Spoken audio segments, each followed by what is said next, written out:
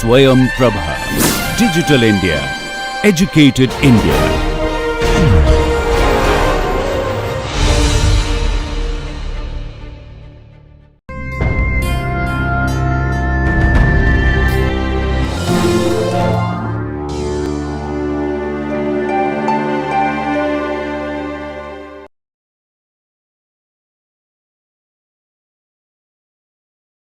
I will explain few examples, right. I will show us few examples now. If you have a sequence, right, for example, this is a sequence ATA, TAC, GGG, CAG, GAGC, right. So, this is example. So, what is the AT content or what is the GC content, right, because this is very important, because some if you take the some genomes, they are highly rich in AT content and some cases highly rich in GC content.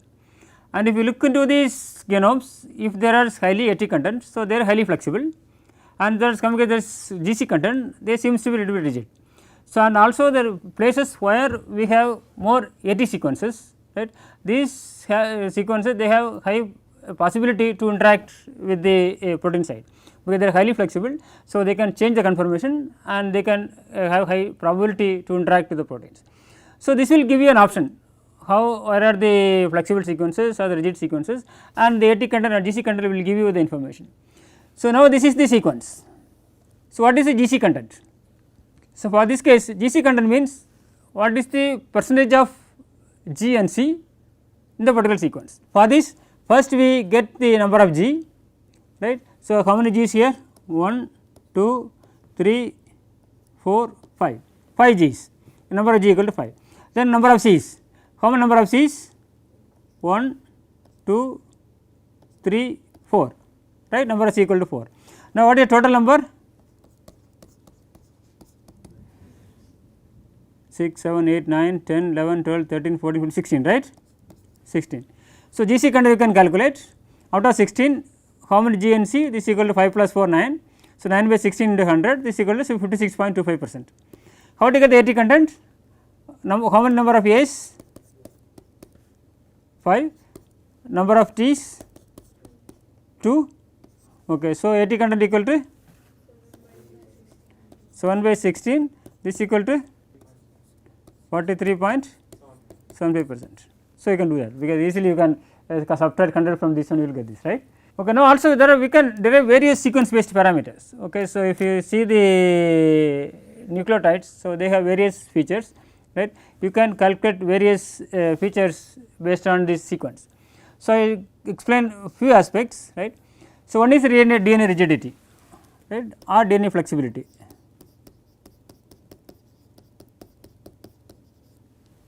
Right. So, totally how many bases? If DNA 4, right. So, if you take the dinucleotides, there will be 16 dinucleotides, but if you consider the pairing, then 16 you can divide, you can reduce to 10, right, 16 reduce to 10. For example, if you see this AA, A is this one, if it is CA, CA is similar to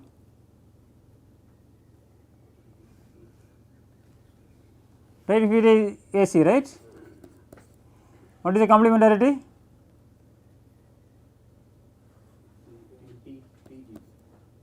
TG. If you take reverse, GT, right. So, if you see the AC and the GT, they both are same, right. Likewise, if you take the another one, for example, if you take the AC or you take the CA, right. CA means this is equal to GT, so TG, right, this is 9.34 and TG is 9.34, right. If you see the how many unique pairs? 12. So, AG and CT, right, this will be same, and this is 7.05, this is AT, right. You are getting the same, so you will get the same one, right, if you the TA and AT, right. If you take AT, what is the complementarity? TA. If you reverse AT, you get the same, right. So, you will get about 10 pairs you will get, right. So, this is for the di. If you go the tri, totally how many possibilities? 64 possibilities, and due to this complementarity you can reduce this to 32. This way, if this is the dinucleotides, you can have these pairs, right, but here the trinucleotides, you have the out of 64, you have 32 cases, right here. Okay. So, now first we got the flexibility, how you can either use the dinucleotides or the trinucleotides. What is the advantages of using dinucleotides and trinucleotides? Dinucleotides have less information because you have the less number of possibilities. Trinucleotides have more information because AA with A is we can get more information, right. So, the trinucleotides can provide better information than dinucleotides, right. So, we provide trinucleotides. Then what will happen with tetranucleotides? More information, but what is the effect? What is the problem? What is the issue with the tetranucleotide? Like amino acids, right. If you have how many amino acids? 20. If you go with the pair 400, right, 20 to 20.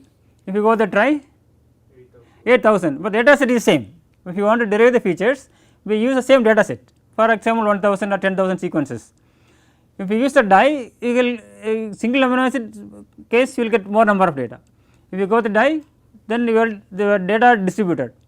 If you go with the tri, then it is very sparse, right. Some case you will get zeros for many cases, right. Likewise, the nucleic acids, if you take the dye, you get good number of data, but tri provides more information, and go with the tetra, you will get better information, but the number of data are less. So, the values you obtain for each tetranucleotide is statistically not significant, because here even trinucleotides, if you see some cases you get very less number, right. See some cases we see 1, 2 like this. So, if we go with tetra, then the data will be less, right. Okay. How to get this one? For the case of DNA flexibility, there are various ways to get the flexibility. Okay, you can consider the DNA as a rod, right. So, put the one base, second base and third base, right. Then you can bend, you can apply a force and you can bend it, right. Then you can see the same force you apply for all the trinucleotides and see how far they can bend. Based on that, you can compute the flexibility or the rigidity of each trinucleotide. If you have the 3D structures, where shall we get the 3D structures of the DNA? In DB or the PDB, right, nucleic acid database or the protein data bank, right. So, if you take all the trinucleotide steps, right, take the whole DNA structures and cut into pieces, right, even you have the overlapping pieces, right, all the trinucleotides you take, right, and then if it is completely straight, right, you can put one stack one on the other. So, you know the width of the diameter of this DNA, you know the thickness, you know. So, you can see this is 7.2 angstrom, but if you see the structures, that is not straight, it is bent. So, in this case, based on this bending angle, you can this related with the flexibility, right, because if you know Young's modulus, what is Young's modulus? Stress by strain, right, E equal to stress by strain, right. What is stress?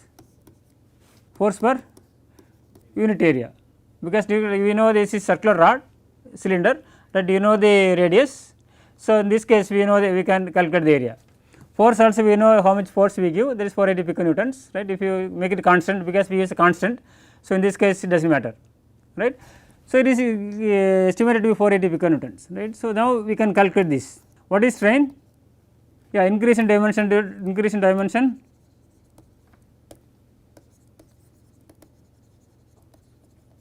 divided by original dimension, right. So, if it is without any change, then this is right. So, now in the 3D structure you can calculate the distance from the first one and the fourth one. So, you can calculate the distance, right, with the coordinates x and y1 z1 and x2 y2 z2. So, then calculate the distance. Now, from this distance and the original distance you can calculate the difference. So, from this difference you can calculate the rigidity, right. So, then this is the direct way to get the Young's modulus. So, based on that, for all the different types of trinucleotides, you can calculate the Young's modulus. This is the inverse of flexibility, this will give you the rigidity. So, this is how we get this data. So, we take the set of nucleotide structures available in the data bank and cut into trinucleotides and get the dimension, how they change in the distance, and we convert these values to calculate the strain and stress we know. So, stress by strain is Young's modulus. So, we know the values, the Young's modulus, that is Newton per meter square, these are the values. So, now if you see these values, Can you tell few nucleotides which are rigid and some of them are flexible? For example, ATA, okay, is ATA, right. ATA, what is the value for ATA? ATA, this is 2.36, this is known to be flexible. Also, if you take the CCC or GGG, that is rigid, right, CCC or GGG here, okay, which is the value, okay, this is 6.07, this is rigid. So, if you compare with the known values, the expected values we know, most of them match, and the main problem from this table is some cases we have less number of data. So, now if you have more number of nucleotide structures available, so you can use all these structures, so you can refine this. But some cases it is okay, it is 27 or 49, but some cases it is very less, say 1 or 2. In this case the data are not statistically significant, we have to go for more number of data, right. But anyway, you can use this as a source for the stiffness of each trinucleotide. This is the one example for the hydrogen bonds, the calculation of hydrogen bonds. This is for the flexibility or rigidity, and also we have data for the base taking energies. What is the base taking energy? Yeah, if we have the two bases stacked to each other, right, what is the energy, right, produced between these two bases, right, two things. So, you can calculate this using any potential, Ampere potential or any potentials. You can use the different types of interactions like van der Waals interaction or electrostatic interactions, right. And if you put these two bases and then you can calculate the energy between them, and you can estimate the base stacking energy. So, here I show the data for the different dinucleotides. Okay, here this I give the data for both DNA and RNA. So, you can see ACGUT, here also ACGUT, okay, because U and T are not coming together, this is why I put dash.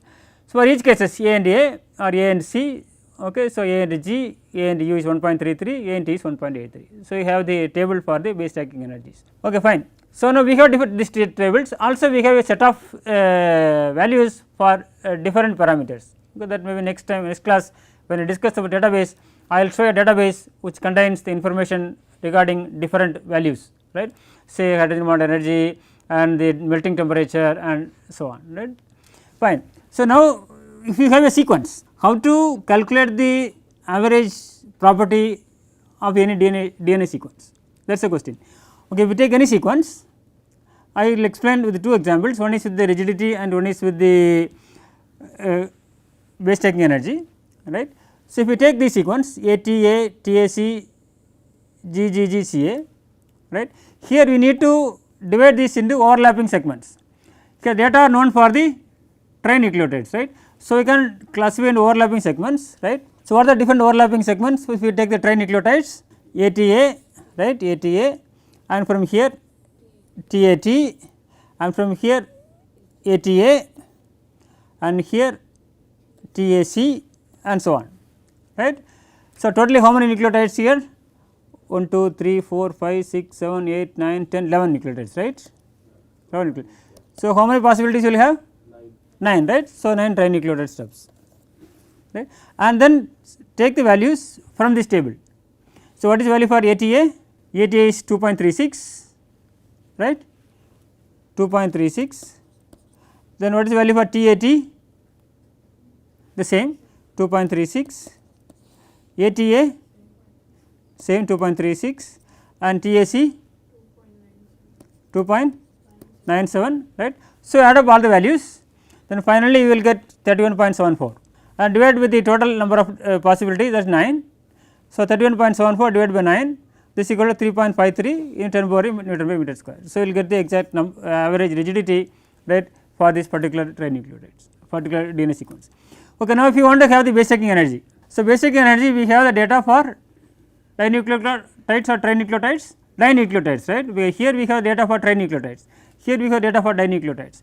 So, we need to divide this DNA sequence into overlapping dinucleotides, right. How many dinucleotide steps you will have? N minus 1. So, this is equal to 11. So, total you will get 10. So, now how to classify this AT, right, AT, then TA, then AT, TA, AC, and so on. So, what is the value for AT? 1.83 here, 1.83,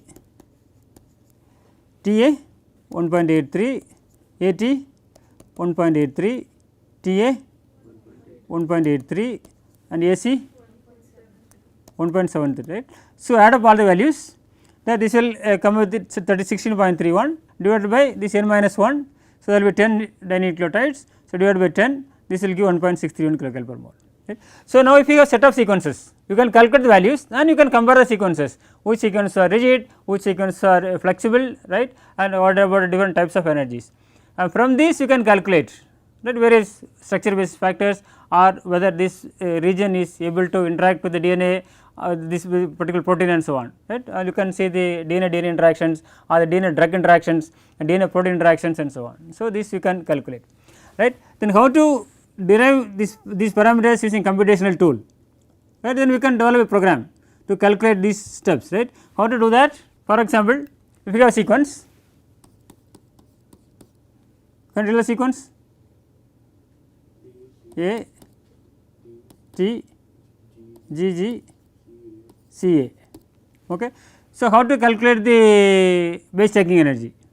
So, the question, first question is how to get the base checking energy.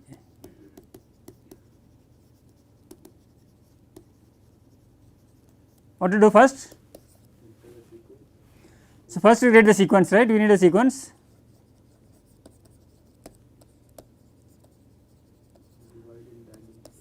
So, now the overlapping dinucleotides, right. So, we have the overlapping dinucleotides,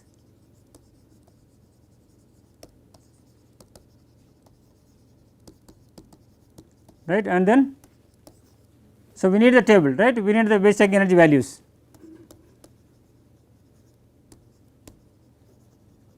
Energy values for all dinucleotides, right, and then what to do? Yeah, so we have to assign the values, right. So, assign the values for each, like from this step 2, right. So, assign values,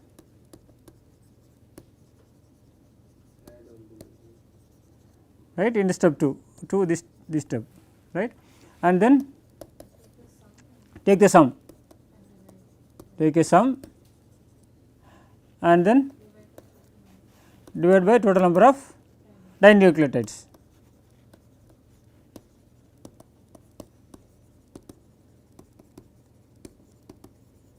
So, what to call how many number of dinucleotides? N minus 1, right. So, here this will give you sigma I, the equal base check energy, right. So, you can put GBS, right, of I. So, I is the number of dinucleotides, right. So, I stands for the dinucleotides. So, add up, then here divide with this N minus 1, right. So, N is the total number of nucleotides. So, we will get the values. Likewise, if we have the flexibility, what to do? Similar way. How to get the flexibility? The same way, right, or rigidity.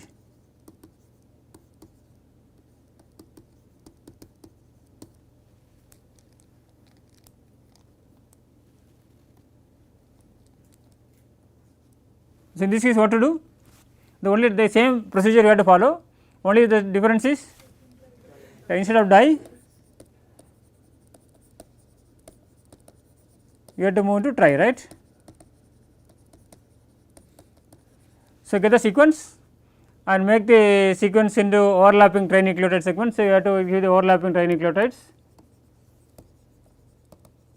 right, and then have the table and assign the values and add the values, right, sigma E I, right, I equal to 1 to n, where n is the number of trinucleotides, and they divide with the n minus 2, because trinucleotides, so n minus 2. So, you can do the same way and you can calculate rigidity. So, depending upon the data, whether you have the data for the each nucleotide or the dinucleotides or the trinucleotides, right, you can assign the values and you have the overlapping trinucleotides, right, then you can calculate the rigidity. So, why we need to derive these parameters? What is the importance of this? If you do see the rigidity values, the rigidity values have some information to do with the binding affinity. So, if we have the proteins, right, and interact with the DNA, so right, if you have the proteins and the DNA, so you know the binding affinity. So, there are various databases available which will give you the binding affinity of protein DNA complexes. Sometimes you have the same proteins interact with different DNAs, in this case the affinity is different. So, take the DNA sequence, okay, protein is same. So, difference mainly comes from the DNA sequence, right. So, in this case you have to look for the contributions from the DNA. So, you get the DNA sequence and then see the various parameters, for example, rigidity or flexibility, right, and how this flexibility or rigidity, right, varies with respect to the DNA sequence, and we have the delta G values, right, that is free energy of binding,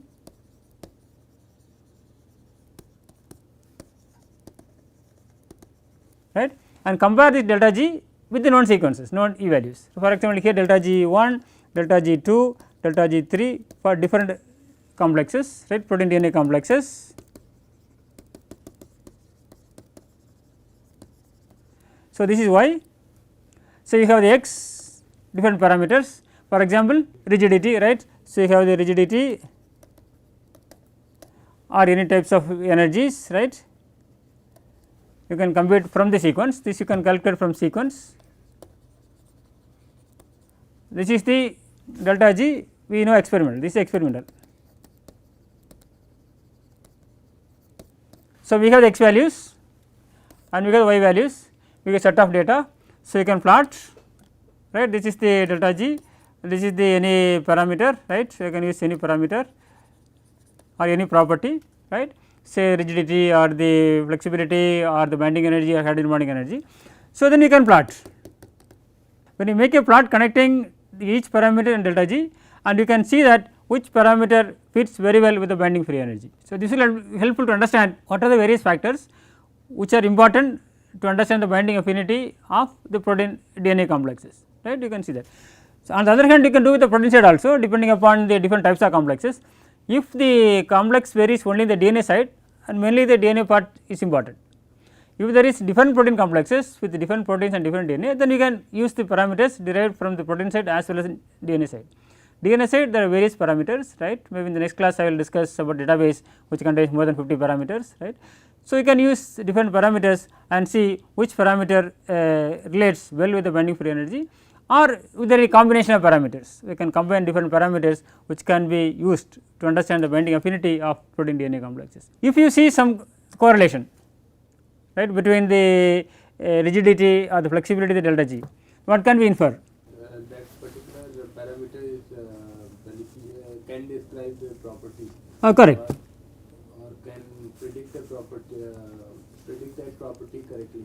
Yeah, right. So, if you, for example, if rigidity or flexibility is important, so you can see the conformational change of this DNA, right, because of the flexibility, that makes more contribution, that is very important to understand the binding affinity.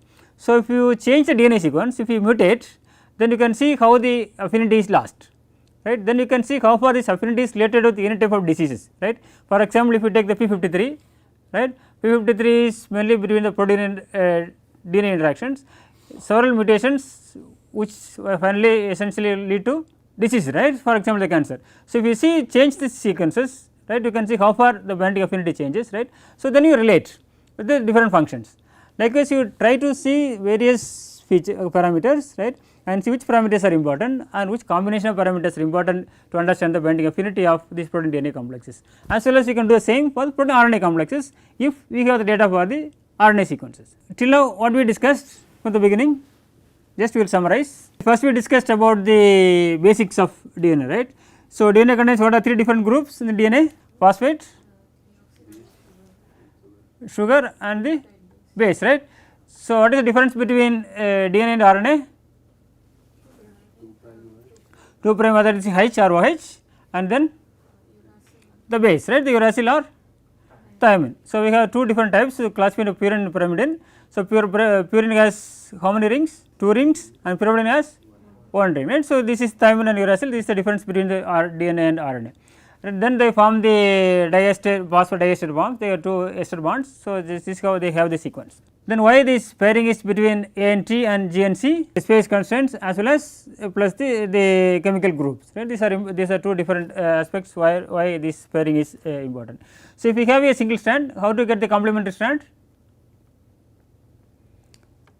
So, you have to get the reverse inverse complement, right. You have to get the complement and then reverse it, and then you will get the reverse complementarity, right. So, there are several programs available in the literature, right. You can use the emboss is one of the suite. So, we can use it for this one, right. Now, we have the transcription and the translation. So, you get the DNA sequence, protein sequence, right, and then we have the 6 different frames, 3 forward frames and 3 different frames, right, and then we try to see some of the derive some of the structure sequence based parameters, right. If it is available, then you can get it and then you can use it for the applications, right, to understand the functions. Fine.